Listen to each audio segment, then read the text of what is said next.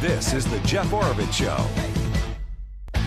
All right, happy to have back on, and always happy to have on Congressman Eli Crane, my representative, because he represents the district I'm in, and which actually goes from like almost southern Arizona all the way up to the northern part of the state to the Utah border. Congressman, how you doing today? I'm good, Jeff. Thanks for having me on. Yeah, absolutely, always. Let's start off. I want to get your insights, since with your background as a Navy SEAL, and I'm sure you're watching this closely when Putin came to Alaska late last week. And what do you think about the Trump-Putin meeting? I think it was good. You know, I know the mainstream media has been, clutching their pearls over that meeting and just in a frenzy over it. But this is actually, how you resolve almost anything, Jeff, is you have to talk to every side involved, whether it's a business deal or you're trying to bring peace to, a multi-sided war. And I'm glad that President Trump, has been meeting with Putin, talking to Putin, brought him to Alaska. And, Putin said something interesting in that, in his remarks, and saying that, he hadn't talked with anybody at the White House while Biden was president in years. And I mean, that's not how you get things done. And that's one thing I love about the president, is he doesn't let the mainstream narrative stop him from being pragmatic and offensive as far as trying to get things done, and talking to, the leaders on every side of the aisle to try and bring about what he's trying to get done and what many of us would like to see happen. And that's an end to this war and some peace between Russia and Ukraine. What do you think? I mean, just your instinct after the meeting, and I should add, I guess he met with Zelensky in D.C., and then a bunch of European leaders came over. There's definitely two sides that want to keep this going, and he wants to get it to stop. I would assume Putin wants to get it to stop, but with territorial gains. Do you see something coming of this? Where do you think we are, weeks or months down the road? It's very possible, but it's a very dynamic situation, Jeff. Obviously, I think that Zelensky himself is probably the biggest barrier right now to getting this done. We've seen that a couple public meetings in the White House, how unwilling he was to make any compromises. And Jeff, I'm not saying that I blame the guy at all in, being the leader of a country that was invaded. Like I understand that the Ukrainian people many of them are very upset about what happened, what transpired. But if we're going to bring, a peace deal, and we're actually, going to ratify that, everybody's going to have to give up something. And I think we're losing between 5,000 to 7,000 people a week over there right now. I think they've lost over 1 million people already. Many of their cities have been completely decimated. And I would just like to see an end to the bloodshed. But I also want to be very careful, Jeff, that we don't, give any security guarantees that are going to put us on the hook in the future, to expend more American blood and treasure in another war that, I don't think we should be involved in. So, I'm hopeful that, the president can, bring this to an end and, not give up the farm at the same time. Absolutely. Time will tell. But talking is, I agree with you. I said that last week. We got to get these sides together. So we'll hope that we get this resolved. All right. I don't think, Congressman Crane, that you and I have chatted since the big, beautiful bill passed. I could be mistaken on that. Time just zips on by, as you know. You had quite a few things you've highlighted out of the bill. We've been doing it on the show as well. As you know, I mean, I've got concerns whenever you have this monstrosity. I've talked to a couple of your colleagues in Congress on this, and there's always things where you're like, oh, I can't believe I got to hold my nose on this thing. You and I have been concerned for years about the national debt and the government spending. But I think there has been a lot of good things wrapped up in this bill. Angela and I pointed out some school tax credits that people can start getting in 2027. There's a lot of taxation issues. But what are the things that you've been kind of highlighting and looking at as a positive in this thing? Yeah, and just to reiterate what you just said, Jeff, I was very concerned about the spending in this bill. It was the key issue that many of my colleagues in the House Freedom Caucus fought on. And just to give you an idea, I think we ended up with a $1.5 trillion cut, which is nowhere near what we need to be cutting for what we're spending. But when I looked at what Republican leadership and the Republican conference, when they came back from their retreat in January, early this year, I mean, they wanted to cut like a mediocre, like $30 billion annually or something like that. It was a complete joke. So we were able to bump that up, by, fighting for a couple months to bump that up. We only got it to 1.5 trillion in cuts. But I just wanted to reiterate that because it was the hardest part of this bill to swallow for me and many of my colleagues. Yeah. That being said, I mean, the border security in this bill is huge. And I know it was one of the biggest issues, if not the biggest issue in Arizona, as I've been campaigning the last couple of cycles. This secures the largest border security investment in U.S. history. We're talking more than $175 billion in funding. It also completes 701 miles of border wall and builds 90 miles of river barriers. It upgrades our technology, facilities, and ports of entry. It also adds new drones and aircraft and thousands of vehicles that they desperately need. It expands funding for immigration enforcement operations. So for more deportation resources, it also hires a bunch of, individuals that we need for the workforce, 3,000 new Border Patrol agents, 5,000 new customs officers at courts, and 10,000 new ICE agents. The other great thing about the big, beautiful bill, Jeff, is, and I think that many people that listen to your show are really going to benefit from this, and that's, it made the 2017 Trump tax cuts permanent, and it also increases take-home pay for working families.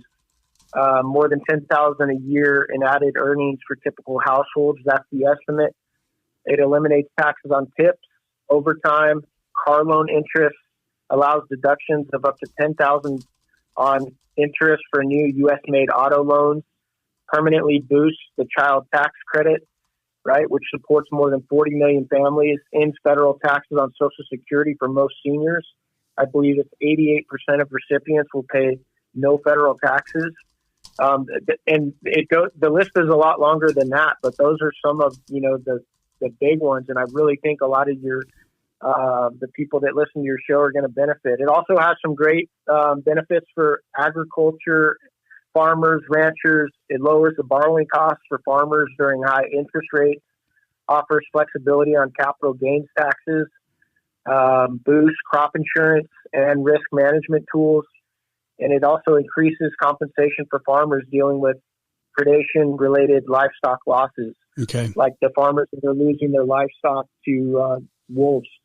Yeah, and another one is we had a guest on, guy who has a company here in the U.S. and Australia recently about the imports coming in and the screwworm issue in the beef industry. I don't know if you've been following that, but it's there's some serious concerns right now that could spread across the border. And as you know, a good steak ain't cheap anymore, and this would make it a lot more expensive if you had to start taking down cattle that are affected. Absolutely, Jeff. And I think one of the other big ones that I hear about all the time when I'm traveling around District 2, a lot of constituents are very concerned about this green new energy, the wind, the solar. We got some big wins in the big, beautiful bill on that. We didn't get everything that we wanted, but we definitely moved the needle significantly. This bill reverses Green New Deal agenda and repeals the Greenhouse Gas Reduction Fund. It phases out Inflation Reduction Act, restarts onshore oil gas leasing quarterly, resumes leasing in energy-rich lands. It repeals the strategic petroleum reserves. So there was a lot. There were a lot of beautiful things in this big bill. Yeah. And unfortunately, there were enough to look over the ugly. Yeah, enough to overlook the ugly, in your opinion. I mean, because I know some of your colleagues, especially the Senate side in Alaska, they get the last whiff of it. I think there was some not Social Security, like welfare, food stamp type things, Medicaid type things, where there's some work requirements, or am I dreaming? Did that not make it? No, that is true, and it's one of the things that all Republicans right now are being blown up in the press about. If you watch any of the political ads targeting Republicans right now from the Democrats. That's probably the number one issue they're coming at us on. And honestly, Jeff, it's like when you look at, like Medicaid, for instance, when I was doing research on this, and it was created in the 60s, it was supposed to be like a safety net program for impoverished children, their caretakers, the disabled. Most Americans don't know that this program, like many social programs, has ballooned way beyond that. We're talking there's like 80 million Americans on this program, and tens of millions of them are able-bodied working-age Americans that are just, leeching off the system.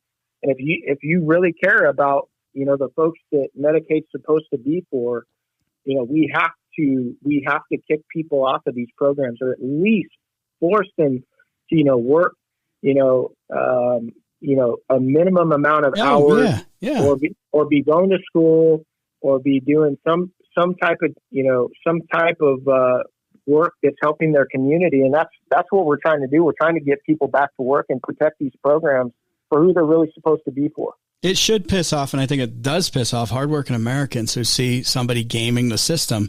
And the original intent is noble. I mean, we want to take care of the most vulnerable, the widows, the orphans, the people in the most desperate situations. But when you see some 22-year-old dude who's only working 20 hours a week or 10 hours a week, or maybe not working at all, so that way they can keep income thresholds low to stay on Medicaid and other programs and SNAP and food stamps, it pisses me off, as someone who's worked hard, and you and just about everybody listening, I'm sure. Absolutely, Jeff. And I mean, there's so much to that. I mean, there's the added weight to, the us going off of this fiscal cliff and this house of cards that we've got going on in Washington, D.C. And it's just, it's also, to your point, there's a lot of Americans. I mean, the thing, in my opinion, that makes this country so great is that, our founders really, prioritize the individual and individual freedoms. But that also comes with a responsibility, right? And when you see where we're headed, and you see a lot of the Democrats becoming, more vocal in, Marxism and socialism, and thinking that the federal government is the end-all, fix-all problem for everyone. Many of them want people to be on these programs. And you know why, Jeff? Because it gives them control over these people. Yep. And that's the thing that, that's the thing that really concerns me too. And I don't want to see us head down that path of socialism, communism, Marxism, and, where everybody's, relying on the federal government check to come in, but then they have control over you as well. And I don't want to see us head down that direction. And I don't want to see us collapse because of the amount of debt that we've accrued, because we have all these social programs that are nowhere near what they were intended for. Yeah, absolutely. And another one that you had in the Big Beautiful Bill was the Radiation Exposure Compensation Act. And this is key for people to expose to nuclear testing, correct? Yeah. RICA was in there. We're getting ready to put out a press release for that. I think there's a one-time compensation of up to $100,000 if, you can prove, that you've been affected by RICA. And that's a whole process in itself. But as you know, when we were testing the atomic bombs, there were a lot of, there was a lot of fallout from that. And, this bill is, and the RICA portion of this bill is intended to try and make sure that those who were the most affected by atomic fallout and even working in some of these mines are taken care of. Okay, Congressman Eli Crane's with us. I know you got to go soon, but we got two more I want to hit on, and we'll end on the Dragon Bravo fire, which you did a tour. But before that, you have a bill, Congressman, to defund the National Endowment for Democracy. That sounds like, and I'm sure the old corporate media that's going bankrupt all over the place, it seems, runs with that and says that Congressman Crane doesn't like democracy. Of course it does. Yeah. That's the headline. This is another program that was designed to promote democracy, but you have to think about it for a second. Jeff, how many times while President Biden was the president did you hear that, America First people, Republicans were a threat to democracy, right? Yep. And so what ended up happening with that program and many others is it got turned on the American people. As a matter of fact, the leader of NED, the National Endowment for Democracy, is a guy named Damon Wilson. He led the Atlantic Council's DFR lab for digital censorship in 2020. He labeled Trump the Death Star of disinformation and ran a DHS-backed operation which flagged 22 million tweets, censored thousands of narratives and posts, and used Department of Homeland Security's proprietary mission control tech to do it. And this is basically a cutout of the CIA. Jeff. So the CIA is supposed to be using this to promote democracy around the world. The problem is when, the powers that be are the electeds in our country who believe that those of us that want to put Americans first are a threat to democracy, then they turn that organization and the hundreds of millions of dollars in its budget towards you. Yeah. And that's what we're trying to rectify here. Okay. All right. So just introduced. So this will take a while to work, as you've learned, to work through the system. Right. Okay. Right. I did talk to your colleague last week when you guys were both up there. Congressman Andy Biggs, who's also running for governor here in Arizona, was up there at the up there at the Canyon, and I believe you were right there as well. What did you take away from that with the Dragon Bravo fire now? As of right now, 62% contained. The containment has gone down a little bit, unfortunately, and over 145,000 acres. Your takeaway? Yeah, my takeaway from that, Jeff, was that I think the first priority is obviously putting out the fire. The second priority is, in my opinion, is going to be an investigation to exactly how it happened, but also working with the administration and the Department of Interior on clearing any, bureaucratic red tape so that we can rebuild. Yeah. As you know, that's one of the hardest things to do, especially in state parks. There's so much bureaucratic red tape, and so we're working with the administration to try and be able to, make it as easy as possible to rebuild the Grand Canyon Lodge and the remaining North Rim infrastructure by expediting the process to cut the bureaucracy. We want to see the North Rim opened up year-round as well. And we, want to improve forest health practices. I think this is, I think there were many causes to this fire based on, what I'm hearing on the ground. Keep in mind that the real investigation is, going to be pending in the future. But I think that, forest health was a problem. And I think that, there's a lot of folks that still, want to see the forest in what they call its natural state. They don't want any roads in there, so that firefighters can get in there and, do what has to be done in case of a lightning strike or somebody, leaves a campfire, running and, gets out of control. Many of our forests have not been managed at all. And instead of having, 70 to 100 trees per acre, you've got 1,000 or 2,000 trees per acre. And it just makes, these fires completely unstoppable. And so we have to get back to common sense, approaches to managing our forests. And I applaud you for coming out, and there were Democrats that came out in the beginning and said, hey, let's investigate this, because the decision, and I'm not bashing the people fighting them. The men and women who fight these things are awesome. They put their lives on the line. They're doing a great job trying to contain it. But the decisions that were made in the beginning to let it kind of go, I think definitely need to be investigated.